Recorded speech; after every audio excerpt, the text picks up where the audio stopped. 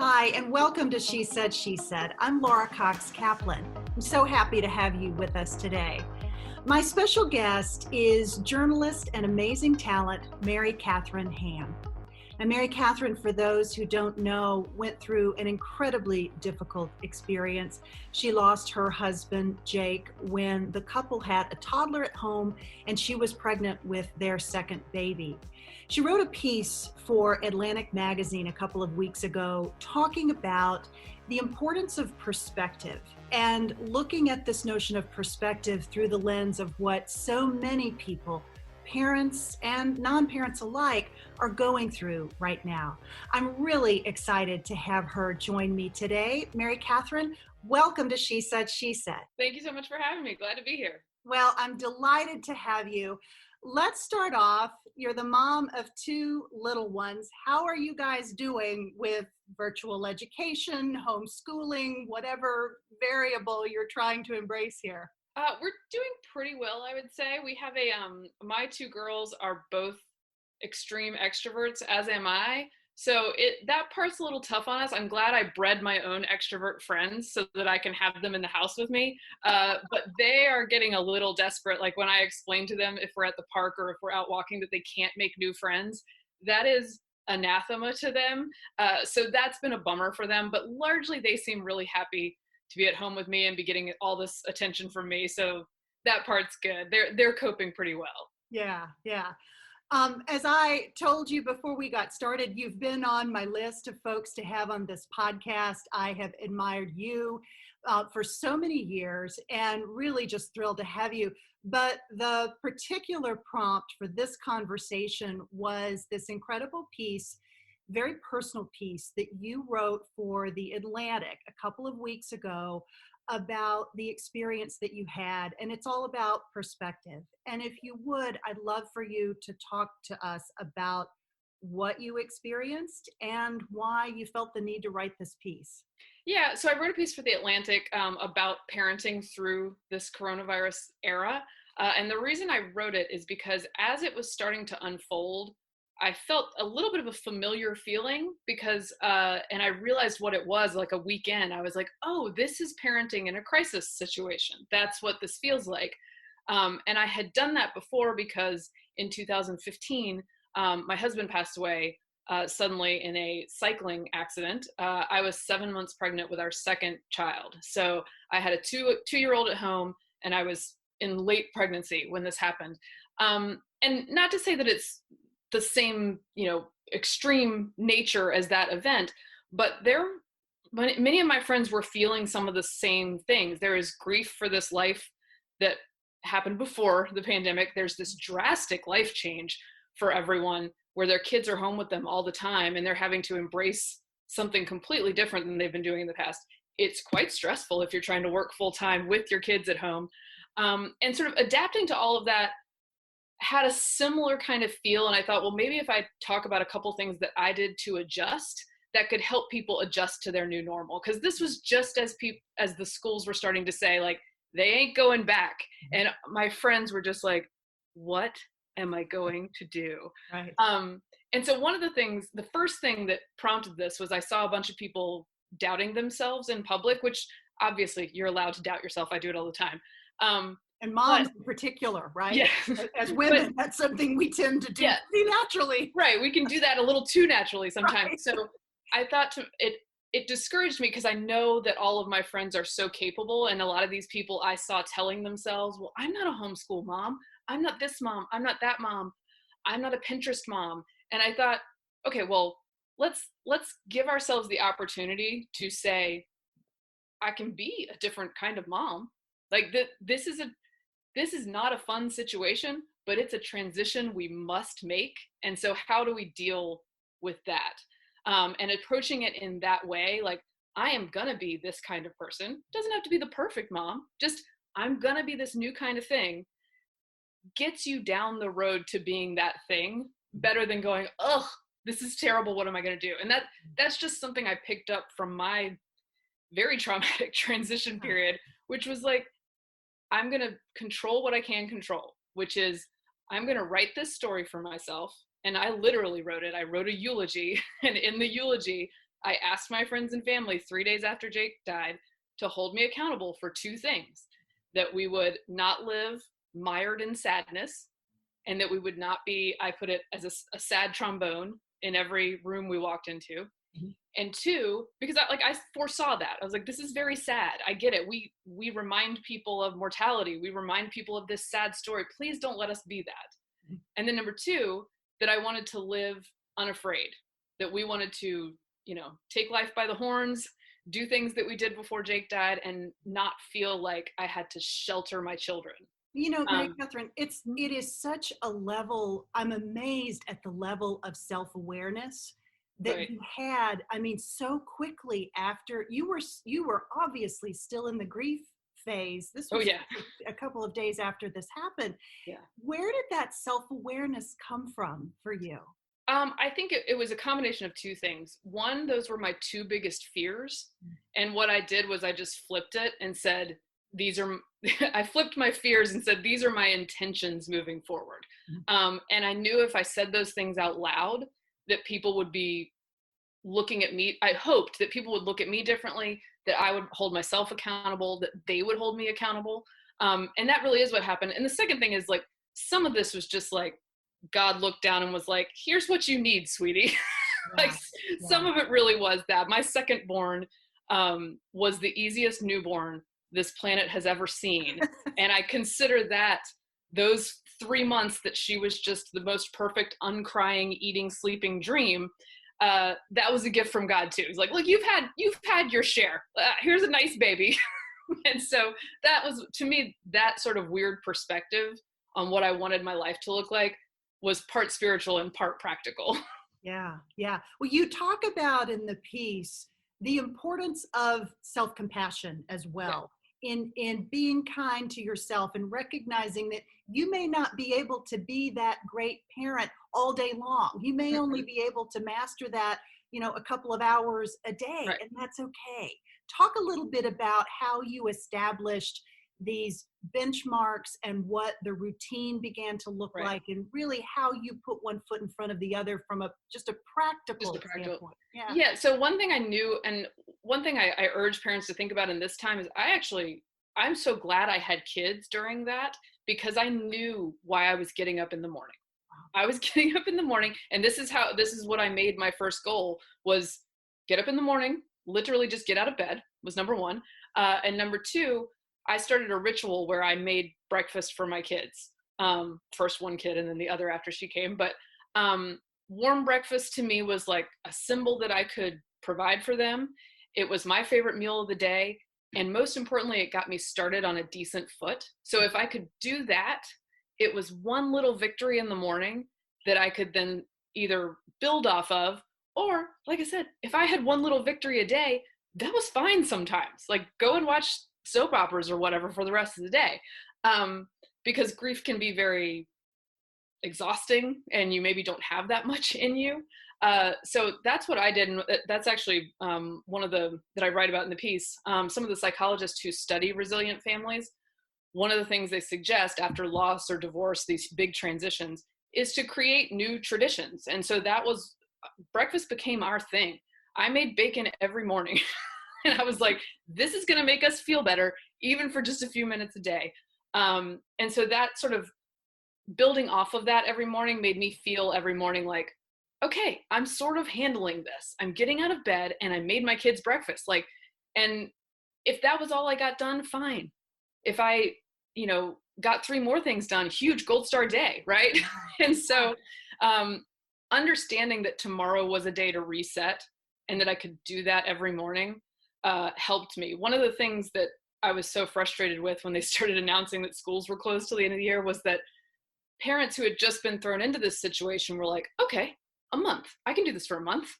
And then you're in crisis and someone says, no, you're going to do this forever, which is what that feels like, right? When you're in crisis and when you're stressed out, like many parents are right now, move half a day at a time, move a day at a time, get through Monday, get through breakfast, get through lunch, whatever it is, and then give yourself a little break. Even, I know the breaks are hard to come by, even if it's just in the bathroom for 5 minutes and you have to lock the door.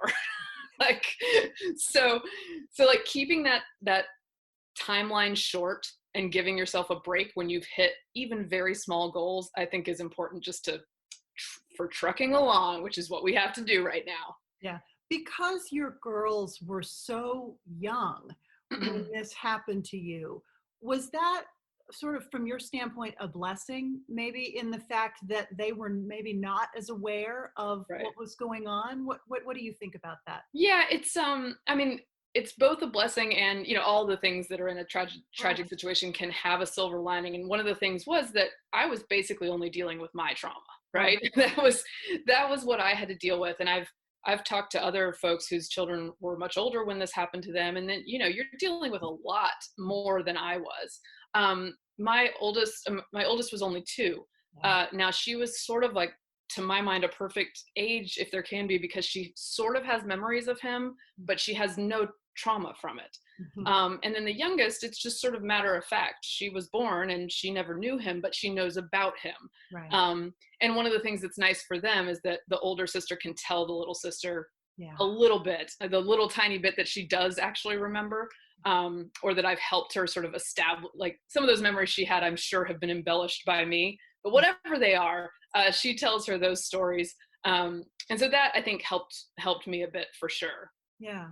You talk about the different stages of grief, which most people are very familiar with. Right. In the piece, you talk about how they may present themselves out of order Yes. or at different times in which you're sort of not expecting it. Talk a little bit about what you meant by that. Yeah. So everybody knows the sort of anger, bargaining, depression, and then acceptance is sort of like way down at the end of the line. Yeah. And studies show, and clinical stuff shows that a lot of these things can hit you at the same time. You can have bargaining and depression and anger before lunchtime, like if you're in a bad situation. And then my argument is, don't wait for acceptance to come, because like you don't have to work through all that to get there. You can just say, wow, this situation kind of sucks and it is what we have before us. Which is, I sort of forced myself to do that. If there was any time of denial in my situation, it was about a 4-hour car ride until I got from my home, where I got the call about Jake, my late husband, until I got to my daughter, who was with my mother-in-law at the time. Logistical explanation, but I happened to be on the road. So it was about a 4-hour car ride. Oh, And I thought, maybe this didn't really happen during that 4-hour car ride. And when I got out of the car, I thought, nope, this happened and you need to deal with it. And so I think the quicker you can make yourself wrap your brain around whatever the hard thing is you're dealing with, and just start putting one foot in the front of the other, it will do you some good. And you can deal with the depression and the anger and the bargaining as you're walking through that. yeah. Yeah. Talk a little bit about some of the other things that were helpful to you. I know you mentioned the book, which I also love, Atomic Habits. Right. Talk about how that was helpful to you and the perspective that you gained from that. Yeah, I think I accidentally stumbled into identity-based habits, which is something James Clear writes about in Atomic Habits. Instead of putting a bunch of stuff on a to-do list after my husband died, like, I'm going to make breakfast for my kids, that wasn't what I told myself. What I told myself was, I'm the mom of a happy, healthy family. That's what I am. And something sad happened to us, but we are not sad every day. So I'm going to get up and do the things that a mom of a happy, healthy family does. That slight difference made me believe that I could do the things that were on my to-do list any given day. And that made it much more likely that I would stick to those things. So that's why I say to friends who were saying, I'm not a homeschool mom. Well, don't kick yourself while you're down, man. Like, let's first of all know that we are capable people, and that as parents, we have changed in ways we never dreamed possible before we were parents. And this is another season to do that. So I think believing, it sounds so cheesy to say that believing in yourself can be a first step, but it actually can. Yeah.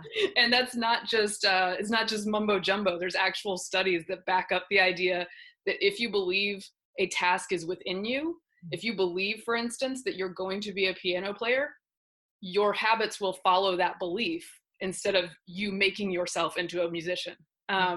So I think that was something I accidentally stumbled into. And then I read Atomic Habits. I thought, oh my gosh, that's what I did. Yeah. So that's one reason I was telling people, just, don't naysay your own abilities from the very beginning, because it won't help you move forward. Yeah, yeah. Talk about, because you've had an opportunity to really, reflect on all of this. Talk about how you were raised, what role your upbringing may have had in terms of Yeah. how you immediately set out to tackle this situation in the most positive, productive way possible, even under the circumstances. Talk about how your upbringing may have had an impact on how you thought about this. Yeah, well, and I also, not just my upbringing, but my parents in real time. I should say my parents and family in real time. My brother moved in with us after my husband passed away immediately. He had a Wow. job where he did not need to be in the town that he was in. We had a guest room, and so he came for the funeral and he never left. Oh, wow. He stayed for 6 months, and he helped raise kids with me. He fixed things, he took out trash, he did all the things that were like seemed so heavy to me, Mhm. that were just basic tasks every day. So number one, that helped me through, along with my parents coming up from their hometown, from my old hometown, basically every weekend, just to help out with the same kind of stuff and keep Yeah. me up. But I think that sort of shows, I come from a family that is very practical, I would say, like, and it's not as if there's no emotion to deal with or anybody is discouraged from dealing with it, but there is a practicality in, like, well, here we are, what steps do we take now? We are a family that wants to, like, okay, well, what's the thing I can do to help? Maybe clean the gutters. Like, it's very Get and it so, done. and actually I tell people this too, who are looking for ways to help people who are in crisis, because I know sometimes it can be hard to know what to do. Sometimes those very practical things you can take off someone's plate are really the best things to do. One of the most wonderful things anyone did for me was right after my husband died. My neighbors, who I barely knew at the time, now they're very close friends. They started mowing my lawn. Oh, I just didn't have to think about it, and they did it when I was gone, so I wouldn't feel guilty about it. They're just the most wonderful wow. people. So simple things like that were like, I just didn't have to set up a lawn service. I didn't have to do the mowing the lawn when I had a newborn, that kind of thing. But yeah, so I think partly that with my upbringing, partly that, and I tell the story a little bit in the Atlantic piece, about my grandmother was widowed when her kids weren't young. Her youngest was late high school when she was widowed, but I watched her go, I knew that this had happened to her. I never knew my grandfather. And I watched her live a very happy, positive, faith-filled life with a second marriage that was very full and long. And that was her childhood sweetheart. I mean, this was a this is a very, very big deal, with whom she raised 3 children. And she just was such an independent, strong woman. She was a Navy wave who lived by herself in DC, like with her girlfriend roommates in the 40s during World War II. She went back home and married her childhood sweetheart after the war. She had a college education. She played college basketball at one point. I mean, she was such a cool lady. Yeah. And so having her to look at and think, okay, well, I know someone who's been through this and who made a really, really full life for herself. So that helped me. I have a locket of hers that my grandfather gave her that I wore after Jake died pretty regularly. I should have put it on for this podcast. And I still wear pretty regularly, because it just is a nice reminder that, well, someone I love and know very well went through this and created a wonderful life for herself. So that, plus I think, and I always should mention that, like, that my faith helped me through. I mean, there was so much prayer and so many people praying for me, that, all the anxiety that comes with this and all of the up in the middle of the night, oh my gosh, what am I going to do? I was so helped just by thinking, okay, I don't understand this, but someone does. Yeah. And I'm going to talk to him about it, even if I'm super angry about it. That was very helpful to me. Yeah. Talking to other people who have been through something somewhat similar. Sheryl Sandberg comes to mind when she lost her husband, Dave. Knowing how to talk to and comfort someone. You talked about things that people can do, just those little gestures and how much that means. But give people some advice for how to talk to someone who's gone through a loss like this. Sheryl talked about how people would constantly ask her, how are you doing? How do you think I'm doing? This is really, really horrible. Yeah. Give us some advice for how people can show their empathy, their sympathy, and be helpful at the same Yeah, time. I think a lot of people get a little paralyzed by, Yeah. okay, well, what's my entry point here? How do I? This is such a big thing. How do I deal with it?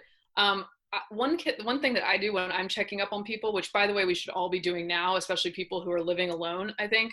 One of the questions I ask people, which does not minimize whatever they're going through, but gives you an entry point, is just how are you holding up? Mhm. How are you holding up? Not how are you doing, like a normal question, but like, I know this is tough. How are you holding up? Is maybe a better way to phrase that might help you feel like you're not being flippant.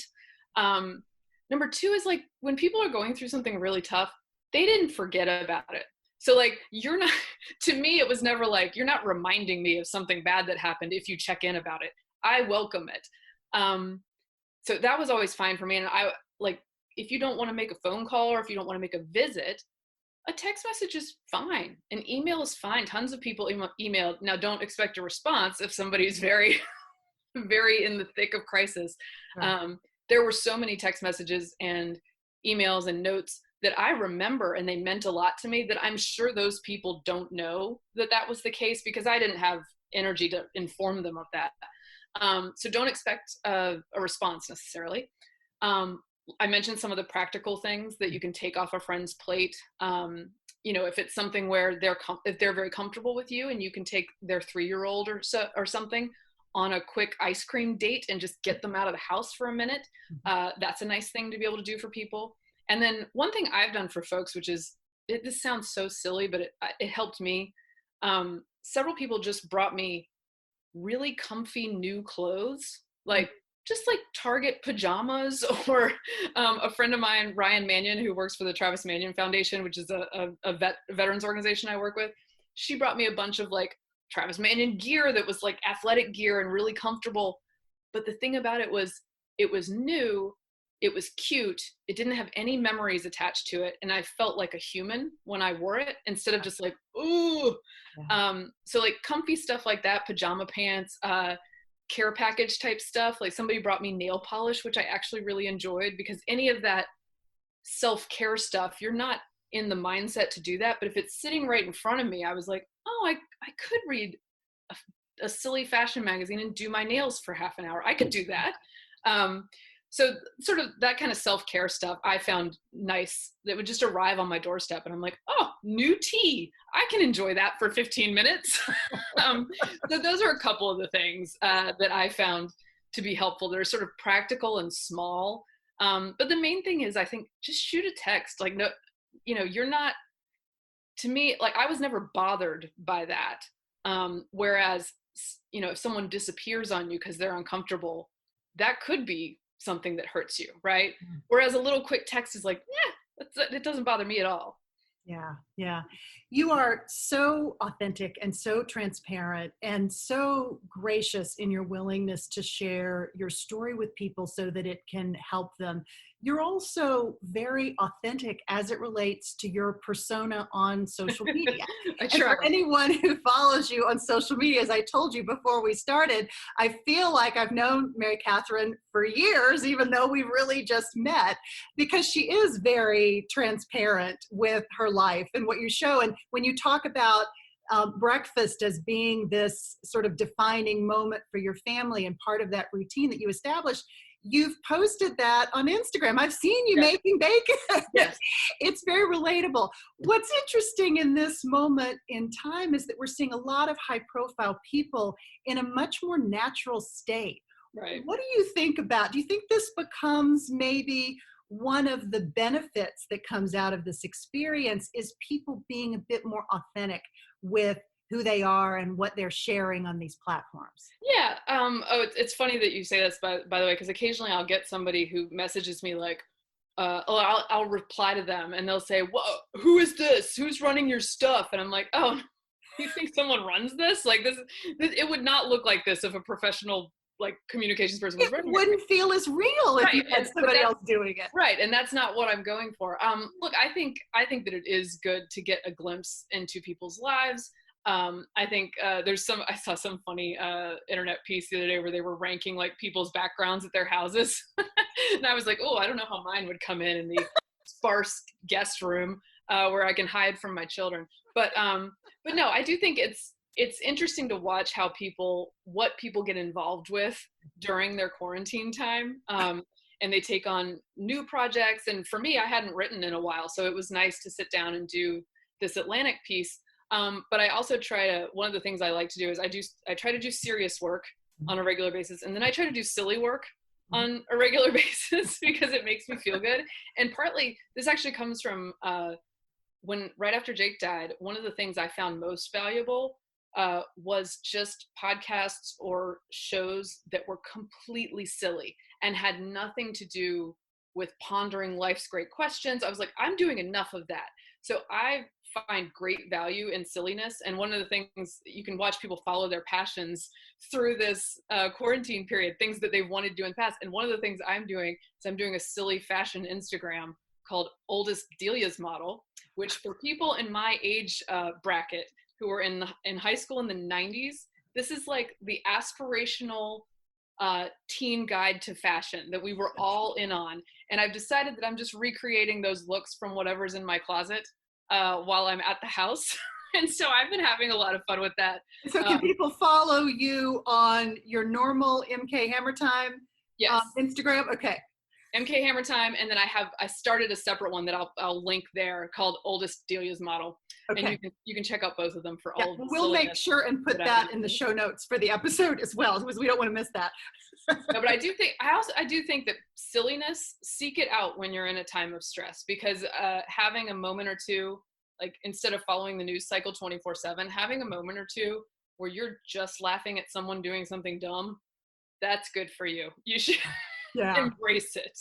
You've got some other great things that you're involved with. The Lady Brains podcast, I love the title of that podcast, is another, but it's both sometimes silly, but it's super serious and in depth as well, or can be. Talk a little bit about that and what that is and some of the other things that you're working on. Yeah, so the Lady Brains podcast is a group of women who are all across the country, but we had become friends through sort of politics and news stuff, but we have a bunch of other interests. So the Lady Brains podcast is on iTunes or wherever you subscribe to podcasts, and we're all over the country. One in Denver, one in LA, one in Chicago, and 3 here on the East Coast, and we just talk about not politics. That's the idea, is to get together and not talk about the thing that we all do for a living. Right.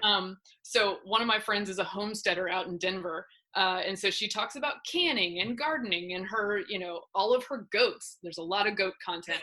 And then we're all very different. One of the friends is a vegan here in DC, and she talks about all her very shishi lifestyle stuff, which is very different from my not very shishi lifestyle stuff. But we have a nice time. We just like women talking about things that don't have to be the hard charging, very sometimes strife ridden stuff we do on a daily basis for work. We take our other passions and channel them. One of them also is a matchmaker. That's very fun. Oh, wow. Yes. I'll have to have her on. We've not had a matchmaker on.